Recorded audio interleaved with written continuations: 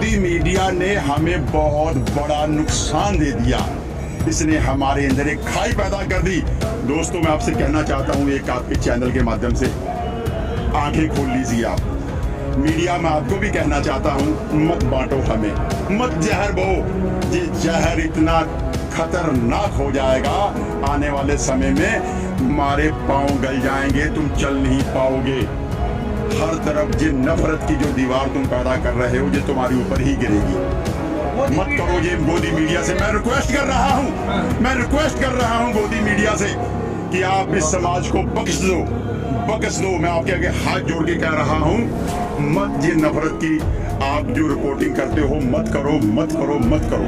इससे ज्यादा लोग गरीब का बच्चा वहां पढ़ेगा, क्या वो किसी एक समुदाय के लिए बनाया उन्होंने? कौन सा काम ऐसा है, मुझे एक काम बता दीजिए कि जहां आजम खान के ऊपर आप एलिगेशन लगा रहे हैं कि वो गलत है, एक भी आप बता दीजिए मुझे, विद प्रूफ के बता दीजिए। तो क्या जमीनें हड़पी, बकरी चोरी करी? देखिए, मैं सीधी सी बात आपसे कहूंगा, जिसकी लाठी उसी की भैंस। ये सरकार ने एक एजेंडा लेके चले, हिंदू हिंदू हिंदू।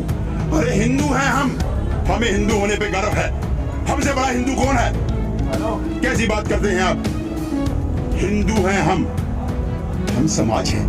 मेरा मुस्लिम समाज, मेरा सिख समाज, मेरा ईसाई समाज, मेरा सब समाज है भाई। ये हम इंसान हैं।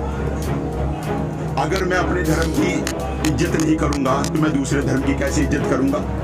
इल्म की कमी है, पढ़ाई लिखाई की कमी है। जो उन्होंने काम किया है आजम खान साहब ने, वो जितनी जहालियत दूर करने के लिए तो किया। इतने बड़े काम की उन्हें इतनी छोटी सी कीमत चुकानी ही पड़ेगी। उन्हें ये चुकानी पड़नी थी, क्योंकि इसी चीज के ऊपर बीजेपी आगे बढ़ रही थी। अच्छा, 7-8 साल से जनता की बात करने की जगह जो है मीडिया हिंदू मुसलमान पर डिबेट करता है।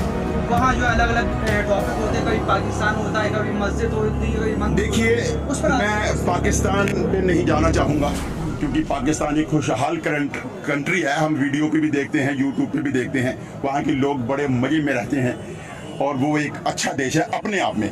मगर मेरा हिंदुस्तान है, इंडिया है, इसमें हर वर्ग के लोग रहते हैं। ठीक है साहब, इसमें हम इतने प्यार से रहते हैं। हर गांव के एक मुस्लिम का गांव है, घर है, उसके साथ एक हिंदू का घर है, तो हमारे में फर्क कहाँ हुआ? मीडिया तो बांट रहा है। मीडिया, ये गोदी मीडिया ने हमें बहुत बड़ा नुकसान दे दिया। इसने हमारे अंदर एक खाई पैदा कर दी। दोस्तों, मैं आपसे कहना चाहता हूँ, एक आपके चैनल के माध्यम से आंखें खोल लीजिए आप।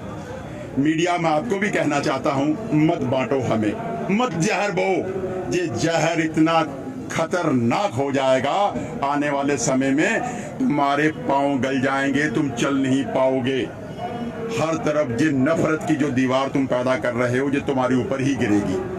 मत करो ये गोदी मीडिया से। मैं रिक्वेस्ट कर रहा हूँ गोदी मीडिया से कि आप इस समाज को बख्श दो। मैं आपके आगे हाथ जोड़ के कह रहा हूँ, मत ये नफरत की आप जो रिपोर्टिंग करते हो मत करो। इससे ज्यादा मैं कुछ नहीं कह सकता। अच्छा, लास्ट सवाल पूछूंगा। गोदी मीडिया तो इसे राष्ट्रवाद कहता है कि हम तो राष्ट्रवादी, राष्ट्र के लिए काम कर रहे हैं। राष्ट्रवाद क्या होता है वो आपको भी पता है, परिचित है। राष्ट्र के लिए समर्पित, सच्ची आवाज उठाने वाला राष्ट्रवादी, किसी के ऊपर द्वेष की निगाह ना रखने वाला वो राष्ट्रवादी, हर गिरे हुए को अपने कांधे से, अपने सीने से लगाने राष्ट्रवादी, आप खाना ना खाए भूखे को खाना खिलाने वाला राष्ट्रवादी, दूसरे के आंसू पहुंचने वाला राष्ट्रवादी। राष्ट्रवाद की पहले परिभाषा तो आप जान लीजिए कि राष्ट्रवाद की परिभाषा क्या है। राष्ट्रवादी की परिभाषा बड़ी गहरी है, वो जिन्हें इल्म होगा वो ही जान पाएंगे। अनाड़ी आदमी क्या जान पाएगा राष्ट्रवाद क्या होता है। राष्ट्रवाद को बदनाम कर रहे हैं, तिरंगे को बदनाम कर रहे हैं। ठीक है, तिरंगा हमारा मान स्वाभिमान है, जिसके लिए हर कौम ने शहादत दी। मेरे दादाजी स्वतंत्रता सेनानी थे, उन्होंने उनका यहाँ से जांग 1 फुट जांग फटा हुआ था स्वतंत्रता सेनानी के टाइम। मेरे बहुत सारे रिश्तेदारों ने जलियांवाले बाग में कुर्बानियां दी। किसके लिए दी? इस हिंदुस्तान के लिए दी। हमारा सबका योगदान है उस आजादी के अंदर, मेरा अकेले का योगदान नहीं है, सब पूरे समाज का योगदान है। आप उसको किसी एक पे नहीं बांट सकते, कोई अधिकार नहीं है मीडिया को बांटने का, किसी एक की वाह कर दी जाए। ये मेरा देश है, ये मेरा चमन है, ये माला की तरह पुरा हुआ है, एक एक मोती इसमें लगा हुआ है। इसकी अहमियत समझो आप। अगर आप अहमियत समझ जाओगे, नफरत करना भूल जाओगे आप। नफरत आपके अंदर से निकल जाएगी, आपको मोहब्बत ही मोहब्बत नजर आएगी। पहले मैं बीजेपी से कहना चाहता हूं, उनके नेताओं से कहना चाहता हूं, आप डेवलपमेंट के ऊपर लड़िए, आप विकास के ऊपर लड़िए, आपने जो दिया है उसके ऊपर आप लड़िए, आपको लोग सराखों पर बैठाएंगे। अब तो माहौल ये बन गया कि जो मोदी जी का समर्थक है वो राष्ट्रवादी है और जो मोदी जी का समर्थक नहीं है उसे देशद्रोही कहा जाता है। मेरे देश का प्रधानमंत्री है, मैं भी इसी देश का वासी हूँ, माननीय भाई साहब भी हमारे इसी देश के वासी हैं, वो तो हमारे सबके प्रधानमंत्री है। अरे हमने बड़ी उम्मीदों के साथ भी उन्हें बताया, उस गद्दी पे बैठाया था, वो किसी एक के द्वारा वहां नहीं पहुंचे थे, वो हमारे सब पूरे देश के एक एक वोटर का अधिकार था उसमें उन्हें वहां तक पहुंचाने का, सबको उम्मीदें थी। आज यहाँ जिस लेवल में उन्होंने पहुंचा दिया, इससे तो हम मरना ही सब समझेंगे कि हम मरे हुए जिंदे हैं, मगर अपने आप को हम मरा हुआ समझ रहे हैं। ठीक है साहब, इससे ज्यादा क्या त्राहिमाम हो सकता है। उनकी करनी और कथनी में जमीन आसमान का फर्क आया है। उसी फर्क की वजह है कि आज लोग एक नया विकल्प देख रहे हैं, समाजवाद का एक ऐसा विकल्प है जिसमें 101% लोगों को ओरिजिनलिटी नजर आ रही है, क्योंकि उन्होंने जो पिछला हमें समय दिया था 5 साल का, उस पे बीजेपी ने उसके ऊपर चले हैं। वो उस काम जो हमारे शुरुआत किए थे अखिलेश यादव जी ने, उन कामों को रीओपन किया है उन्होंने, नया एक भी काम नहीं किया है। अगर नया काम किया होता आज जोगी जी हो रही होती। उन्होंने सिर्फ नफरत की खेती बोई और उसी काटने के लिए तैयार है। अगर आप बबूल का पेड़ बोएंगे तो आम की उम्मीद कहां से करेंगे आप? आपने नफरत बोई है तो नफरत आपके अंदर होगी तो आपको ही जलाएगी, पहले वो किसी दूसरे को नहीं जलाएगी, वो आपका ही नुकसान करेगी। अच्छा, अब आजम खान की यूनिवर्सिटी को लेकर विवाद चला और उसके गेट तोड़ने तक की नौबत आ गई, उस पर आप क्या कहेंगे? सर, उन्होंने शिक्षा के क्षेत्र में चिराग के नीचे अंधेरा होता है।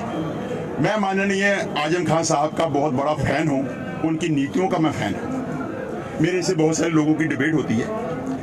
अरे आपने वो काम करके दिखा दिया जो अल्पसंख्यकों के लिए क्या कोई कर ही नहीं पाया। आप पहले उनके कामों को देखिए, कहां से वो स्टार्ट हुए और कहां तक उन्होंने पहुंचाया। आज एक रिक्शा चालक का बेटा भी उस यूनिवर्सिटी में आईएएस बन सकता है, पीसीएस बन सकता है, डॉक्टर बन सकता है। क्या जुल्म किया उन्होंने आजम खान साहब ने? उनका जुल्म यह है कि उन्होंने हमारे जाहिल बच्चों को, हमारी आवाम को आगे बढ़ाने का काम कर दिया। ये उनका जुल्म है। मैं बिल्कुल उसका कट्टर विरोध करता हूँ, भाजपा की नीति का विरोध करता हूँ। आपने कहा मैं जो है आजम खान का समर्थक हूँ, फैन हुए, वो तो कहते हैं कि आजम खान जो है हिंदू विरोधी और जो है और मजहब को जो है इतनी अहमियत नहीं देते हैं। माननीय अताउर रहमान जी के मैं साथ जुड़ा हुआ हूँ, उनका मैं सिपाही हूँ, सापा का सिपाही हूँ, श्री अखिलेश यादव जी का सिपाही हूँ। तो मैं अपने ऊपर बीती हुई बात को ही बताऊंगा। लोगों के अंदर एक लाइन चला दी लोगों ने कि समाजवादी का जो आजम खान है वो हिंदू विरोधी है। अरे पहले उनको जाके देखो, वहां समझो, उस यूनिवर्सिटी में सिर्फ मुसलमानों के बच्चे नहीं पढ़ रहे हैं, हर मजहब का बच्चा वहां पढ़ेगा, हर गरीब का बच्चा वहां पढ़ेगा। क्या वो किसी एक समुदाय के लिए बनाया उन्होंने? कौन सा काम ऐसा है, मुझे एक काम बता दीजिए कि जहां आजम खान के ऊपर आप एलिगेशन लगा रहे हैं कि वो गलत है, एक भी आप बता दीजिए मुझे, विद प्रूफ के बता दीजिए। वो तो कह रहे जमीनें हर बकरी चोरी करी। देखिए, मैं सीधी सी बात आपसे कहूंगा, जिसकी लाठी उसी की भैंस। ये सरकार ने एक एजेंडा लेके चले, हिंदू हिंदू हिंदू। अरे हिंदू हैं हम, हमें हिंदू होने पे गर्व है। हमसे बड़ा हिंदू कौन है? कैसी बात करते हैं आप? हिंदू हैं हम समाज हैं। मेरा मुस्लिम समाज, मेरा सिख समाज, मेरा ईसाई समाज, मेरा सब समाज है भाई। हम इंसान हैं। अगर मैं अपने धर्म की इज्जत नहीं करूंगा तो मैं दूसरे धर्म की कैसे इज्जत करूंगा? इल्म की कमी है, पढ़ाई लिखाई की कमी है। जो उन्होंने काम किया है आजम खान साहब ने, वो यही जहालियत दूर करने के लिए तो किया।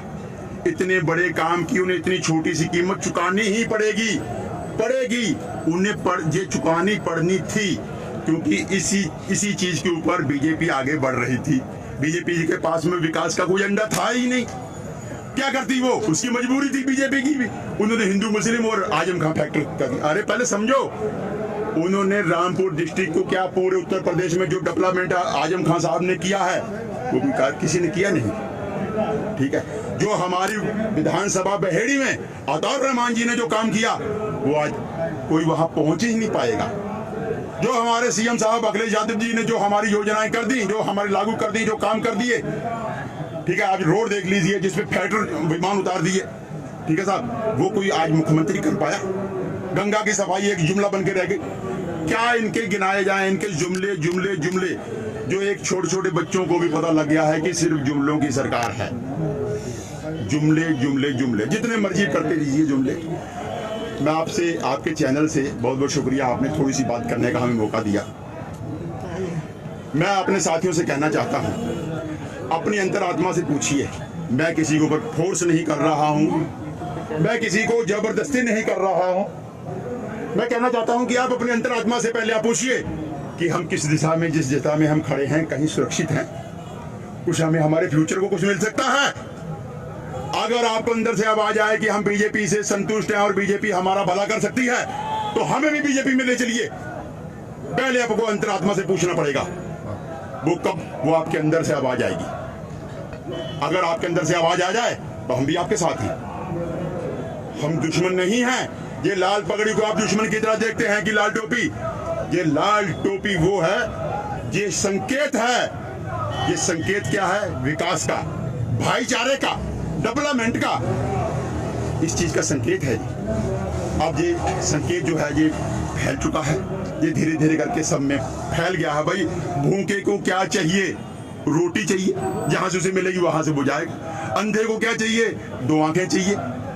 ठीक है साहब, तो हमें उम्मीद है कि इस ये ही पार्टी हमारा भला कर सकती है, किसानों का, विद्यार्थियों का, समाज का, हर वर्ग का ये भला करेगी।